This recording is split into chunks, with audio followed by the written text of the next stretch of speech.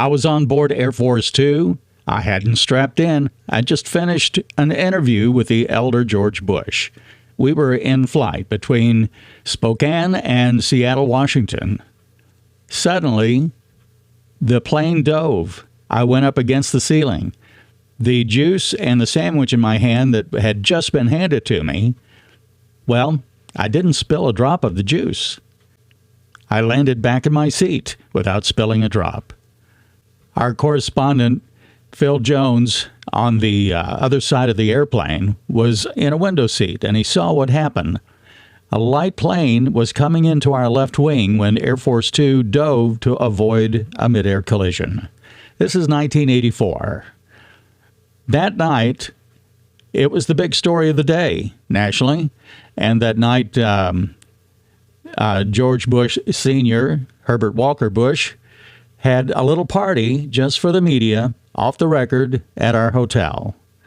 And it just so happened that I was sitting next to the vice president on a couch. And he was an exceptionally nice man.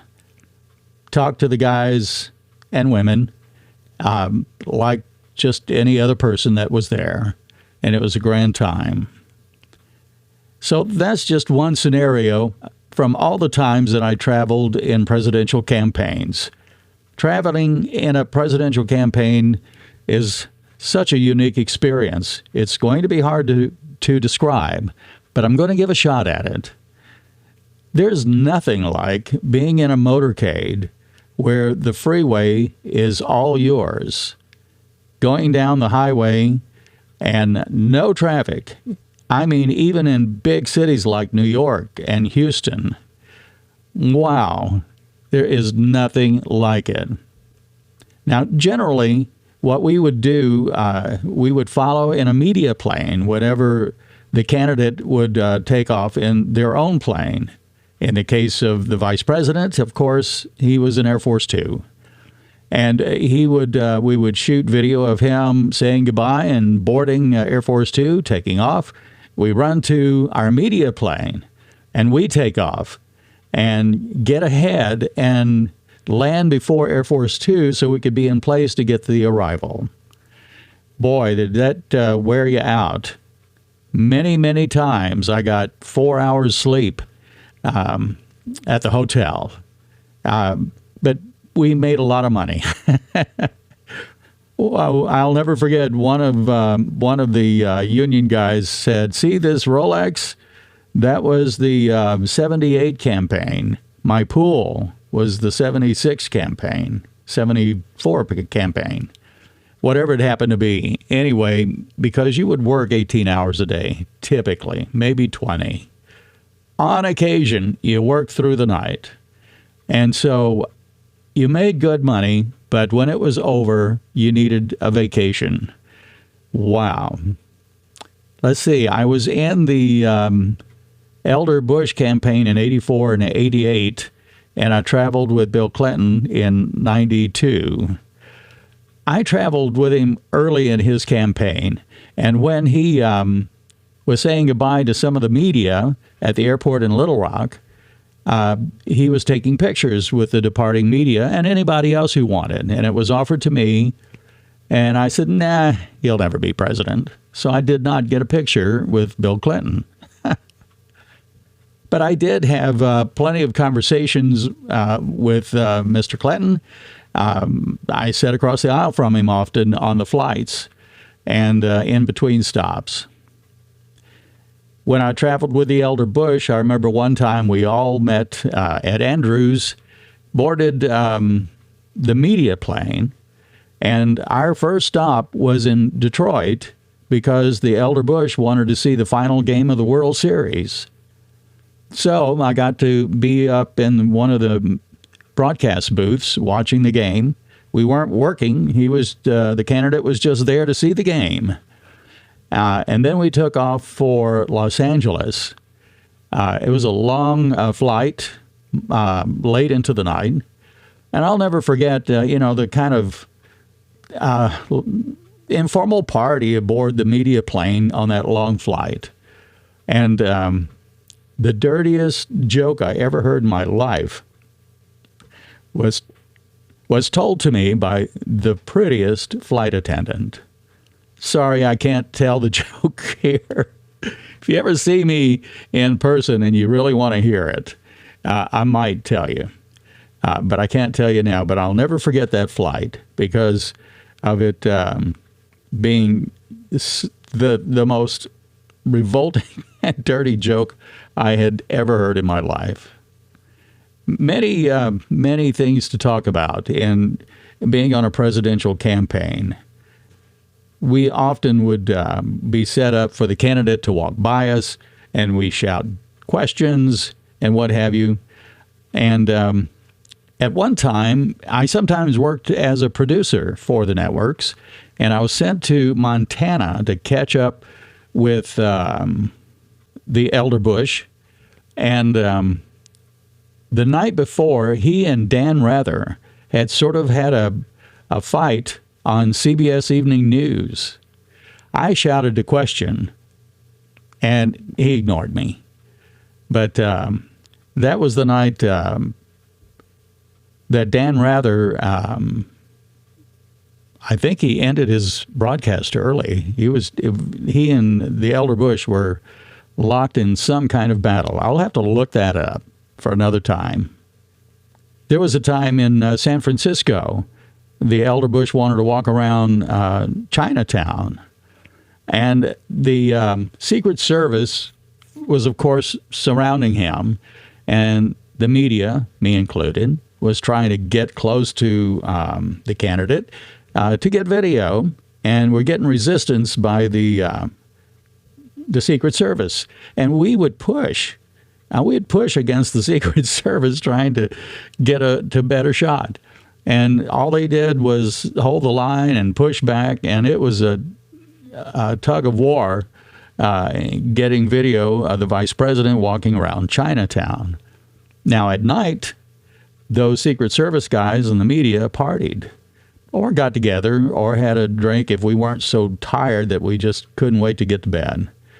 So, if they didn't know you and you're pushing against them like the way we did, it could be a lot different because they would take it as a threat, and your butt would be on the ground real quick. But what a walk that was around Chinatown with the elder Bush. So one of my favorite stories from the campaigns is I was chosen as the pool camera to go inside the naval residence at the National Observatory. I may have that wrong. That's the official home to the vice president at the time. And I was to put a camera on George Bush watching Ronald Reagan debate. And I got the shot, and being the pool camera means that only me was in there, but I had to share the video with everybody. And so video line went out to a breakout box where everybody could plug in and record my video, and everybody would have the pool camera for their nightly news. So anyway, I'm trying to get my shot, and this lamp in front of me just needed to move like a quarter of an inch maybe. So I just gently kind of slid it over, and all of a sudden I'm hearing these heavy footsteps, clomp, clomp, clomp, coming at me. It was Barbara Bush. She was mad, and she was mad at me, and she chewed me out. Don't you dare touch my lamp. So I've been chewed out by the best. There was another time someone chewed me out. Famous composer. I was sent to shoot video of him from the back, Marvin Hamlish. And he hadn't even begun the program when he walked back to me and started lecturing me. I can't even tell you what he was lecturing about. It made no sense. But he was just chewing me out and lecturing about how he wanted it shot. He was very animated, very upset. What about the time? Oh, yeah. when Pete Rose was accused of gambling while manager of the Cincinnati Reds. They were practicing at the Houston Astrodome at the time, and I went over there with a producer because they wanted to get video of Pete Rose. So I followed Pete around, and he knew why I was there. But to give you a visual, I did not get up in his face. I stayed 10, 12, 15 feet away at all times. And then at one point, they're doing some fielding practice, and I'm near home base, and I put my camera down. It's practice. No one's in the stands, just some officials and the teams. And someone was batting from third base out to the outfield, and whoever caught it, of course, returned it to a catcher near the batter at third base. And so I wasn't paying attention to it. I turned my head toward the umpires or the producer I was talking to, and one of the umpires said, "Watch out." Next thing I know, a ball hit me in the face. It was in my upper left cheek. I went to the ground, dropping my camera, and it took 20 minutes for me to get my sense of balance back and be able to stand up. Of course, it was thrown at me on purpose. But the guy could have done serious, serious damage, whoever threw it. But in those days, back then, there wasn't a lot of cameras around. I was the only camera, actually. And, you know, I sometimes think I should have just stayed down instead of trying to be a good sport about it and get back up. But I didn't. So I went from campaigning to people who chewed me out or were angry at me. It became a motto of mine that it was not a good day unless somebody got mad at me. That's the way it is. I could string this out into story after story. And as they come to me, we'll be making more podcasts, and we'll be on a lot of different events. Just free thinking it. The national disasters I went to, the standoffs that I was at, a lot of stories to tell. Crossing the Galveston Bay Bridge in the middle of a hurricane, and the loaded down Cadillac was being blown against the rail up high over the Galveston Bay. But that's a story for another time. I'm Don Smith, and this is the most exclusive club.